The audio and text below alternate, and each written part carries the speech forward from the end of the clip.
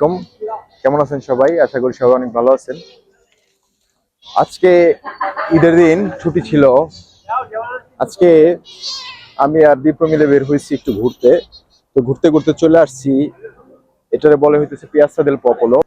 তো আজকে আমি আপনাদের দেখাবো, আপনি যদি এখানে আসেন, পিয়াসা দেল পপোলোতে আসেন, তাহলে এখানে আপনি কি কি করতে পারবেন। তো বেসিক্যালি এইখানকার জায়গাটারই বলে হইতেছে পিয়াসা দেল পপোলো। দেখতে পাইতেছেন সবাই, যেমন অনেক টুরিস্ট আছে এখানে যারা ইতালিতে ঘুরতে আসে। One of the best place হইতেছে এইটা দেখার মতো। এন্ড দেন আমার সব থেকে ফেভারিট প্লেস হইতেছে পিয়াসা দেল পপোলোর উপরে একটা পার্ক আছে। পার্কটার নাম হইতেছে বেলা বর্গেসে অর ভিলা বর্গেসে। তো আমি আর দীপ্র এখন উপরে যাব পার্কের। তো চলুন।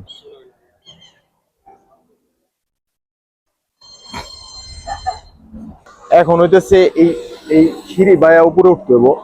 এই জায়গায় আসলে ঠিক আছে, জায়গাটা সুন্দর, কিন্তু এই উপরে উঠাটা একটু কষ্টকর। উপরে উঠার পরে আমার মিনিমাম হাফ লিটার পানি খাইতে হয়, কারণ হইতেছে এই সিঁড়িটা খুবই মারাত্মক। আর যদি একটু বৃষ্টি নামে তাহলে তো মাশাল্লাহ। খুবই সাবধানের সাথে উঠতে হয়, কারণ হইতেছে এরকম অনেক দুর্ঘটনা ঘটে থাকে যে পা ফসকে, মনে করেন মানুষ ঘুরতে আইছে কিন্তু সিঁড়ি ওঠার সময় পা ফসকে আপনার মনে করেন পড়ে যায়, তার মেডিকেলে যাইতে হইতেছে। তো এটা খুবই ফ্যাসিনেটিং এবং একটু ডেঞ্জারাস, বাট উপরের ভিউটা দেখলে পরে সব কষ্ট দূর হয়ে যাইব। তো এক ধাপ পার হইলাম। as you can see the view from here, it's beautiful. তো ওই নিচে দাঁড়ায় পিয়াসাটারে একরকম মনে হয়, কিন্তু এখানে আসলে আরেক রকম মনে হয়। এবং মজার ব্যাপার হইতেছে পার্কের উপর থেকে পুরা রোমের ভিউটা খুব সুন্দর মতো দেখা যায়। তো চলুন দেরি না করে উপরে যাই। হইতেছে আফিলে।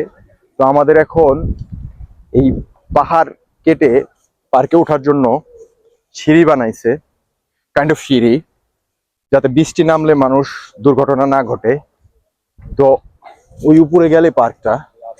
চলুন। হাঁপাই গেছি। কষ্ট করলেও উপরে যায় যে ভিউটা দেখতে পাবো সেটা মাইন্ড ব্লোয়িং। এবং ইতালির one of the favourite place হইতেছে এইটা আমার। আমরা অলমোস্ট দেয়ার।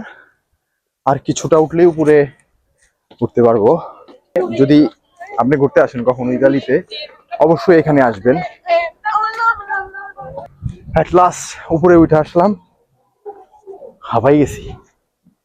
এখানে আইসা প্রথম হইতেছে কি করতে হয়, পানি খাইতে হয়, কারণ আমি উঠতে উঠতে হাঁপাই গেছি। পানি খাওয়ার একটা নিনজা টেকনিক আছে এখানে, সেটা হচ্ছে এটা ধরো, আমি দেখাই যাচ্ছি। বাট আই হোপ কি আমি আমার মুখ টুক মাহামুয়া পানি দিয়া।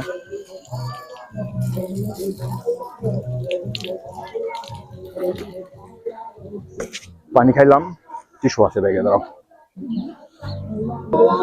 যে দেখতে পাইতেছেন এখানে উনি গান গাইতেছে, কারণ এখানে প্রচুর টুরিস্ট আসে এবং এখানে অনেক ধরনের আর্টিস্ট পাবেন। কেউ ছবি আঁকে, কেউ গান করে, কেউ নাচ করে।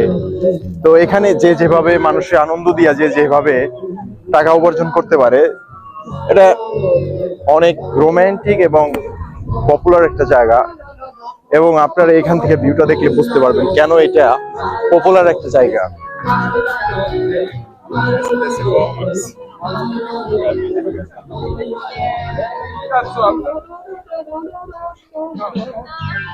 As you can see, এখান থেকে পুরো ইতালির ভিউটা দেখা যায়।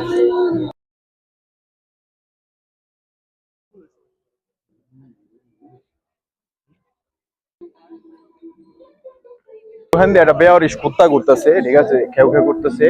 আর মালিককে খুঁজতেছে, কিন্তু আর মালিককে পাইতেছে না। আর যারে তারে দেখে খেউ খেউ করতেছে।